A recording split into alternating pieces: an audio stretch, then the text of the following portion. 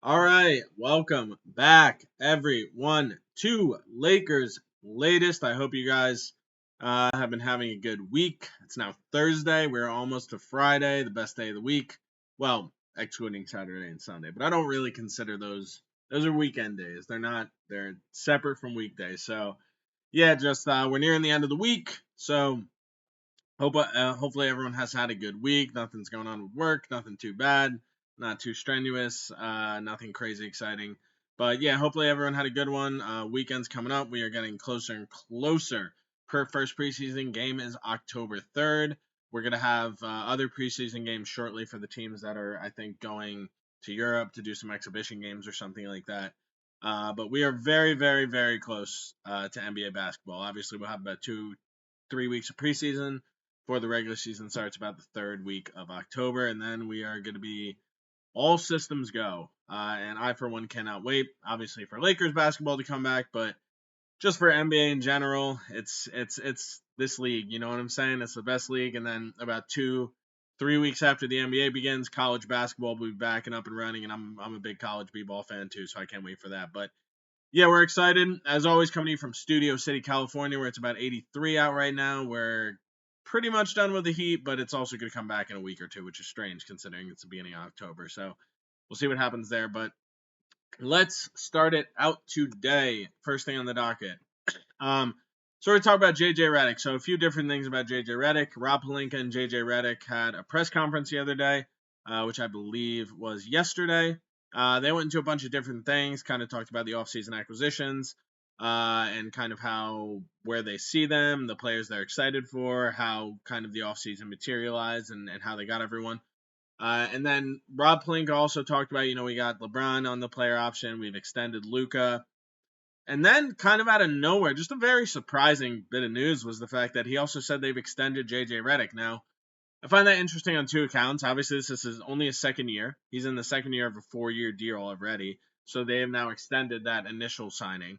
I don't know the specific details of that, like how much he's going to make or how much the extension actually is, just that he was extended. Rob made pretty clear about that. He also said, we're very confident that JJ is the right leader for this team moving forward. We think he's the right fit. We wanted to lock him in for the elongated period. So that's good to see. And obviously, I've talked about JJ. I do like JJ. I think he had some ups and downs in his first year, but I do really like him, and I think that it's very important to keep in mind that that was his first year coaching at any high level ever. It's one thing if you're an assistant coach for a while or a college coach who's getting his first taste of the NBA.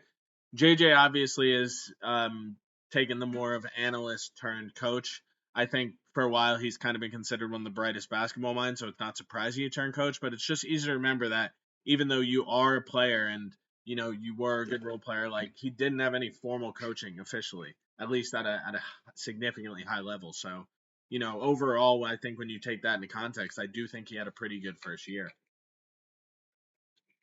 And I think that, basically when you look at the right guy moving forward, I do think it's JJ, and especially I think Luka has a comfortable relationship with him. We already know what relationship LeBron has with him, but this isn't even about LeBron because obviously LeBron's not going to be here, maybe not even for next year, but definitely not by the end of JJ Redick's extension. So this is more of the future.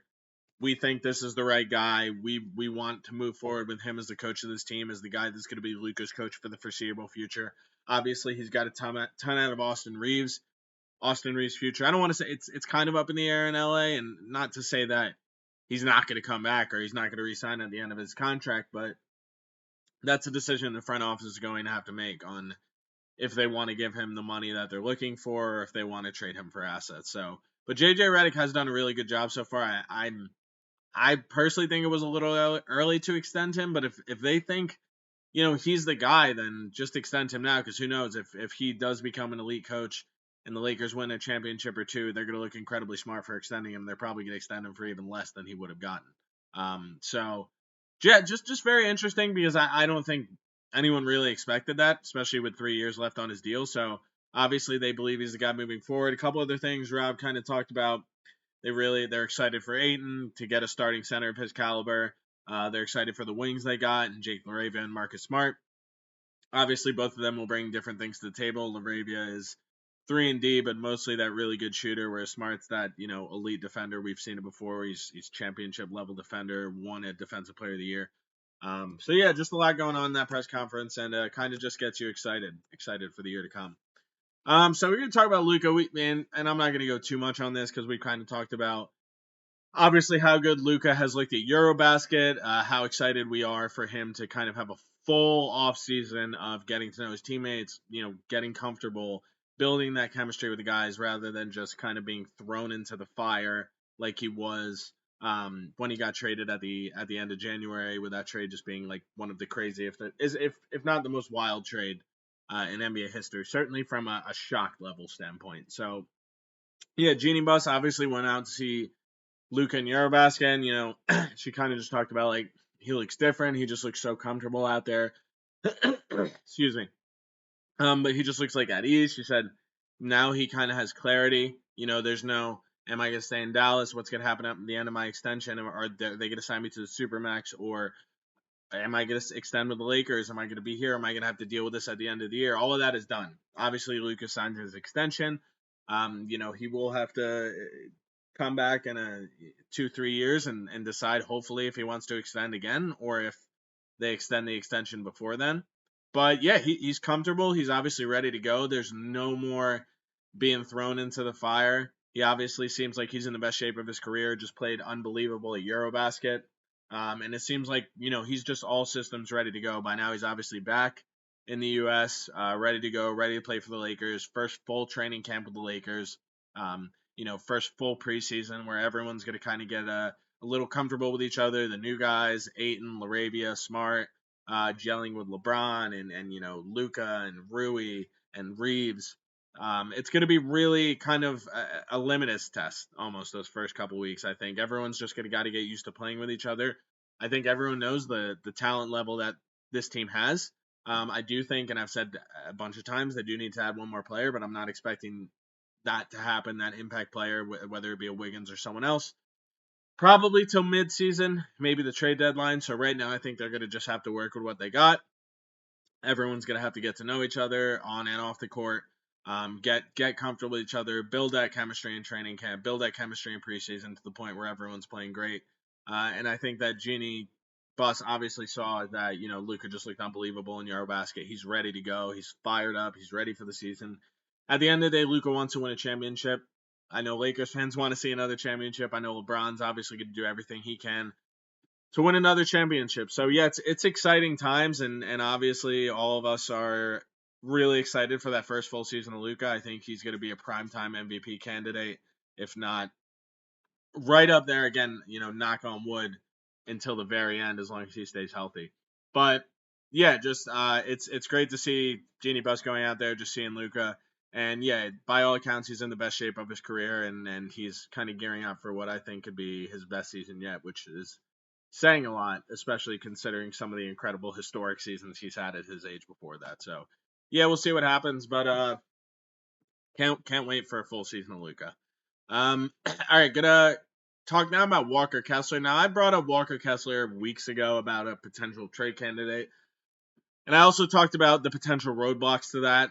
The main reason being that Danny Ainge is an insufferable trade partner, probably the most obnoxious general manager, president of basketball operations you could deal with when you're trying to get a trade.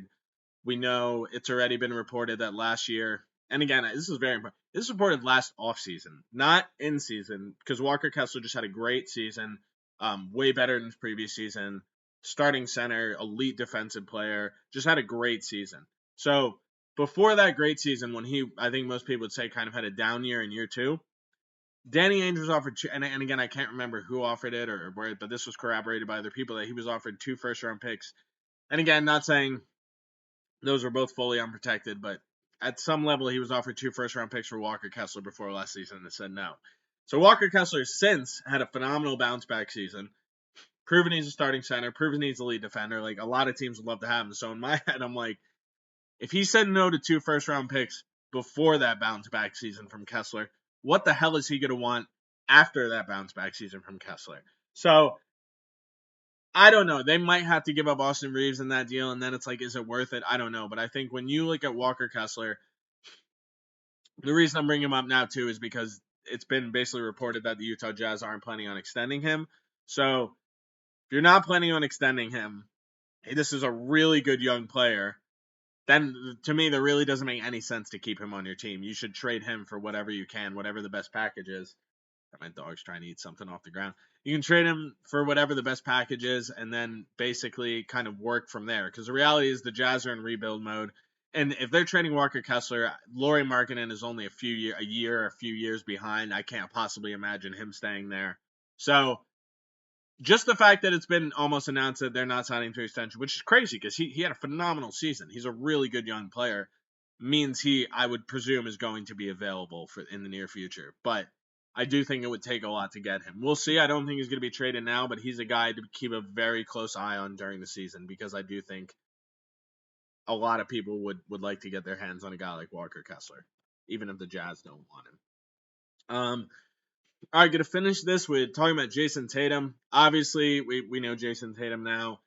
You know, he's an unbelievable Celtics player, one of the best players in the NBA. Won a championship with the Celtics.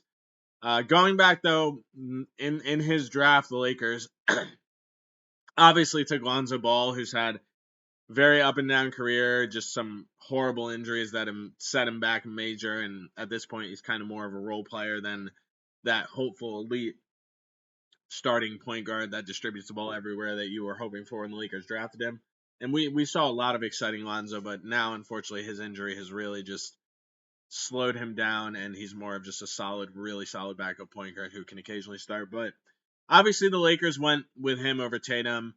In hindsight, Tatum, yeah, you'd much rather have Tatum than Lonzo Ball. No disrespect to Lonzo, but you know Tatum is on a Hall of Fame level trajectory. He's already one of the top players in the NBA. Obviously not this year because of the Achilles injury, but one of the top players in the NBA. Has accomplished so much by his age. Already won an NBA championship.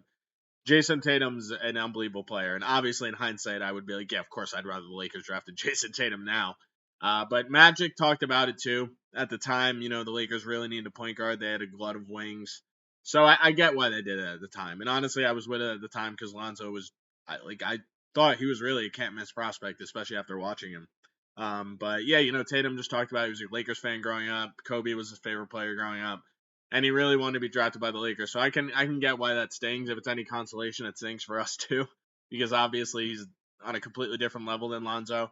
But you know, that's just the way it works. At the end of the day, the Lakers still ended up winning a championship. So it is what it is. Obviously, I wish Tatum nothing but the best in his recovery from the Achilles injury. Hopefully, he comes back great. But yeah, in hindsight, I would have loved to get him too, but we didn't. So yeah, that's it for me today, guys, and we'll see what happens as we gear up closer to training camp and preseason. Catch you guys later.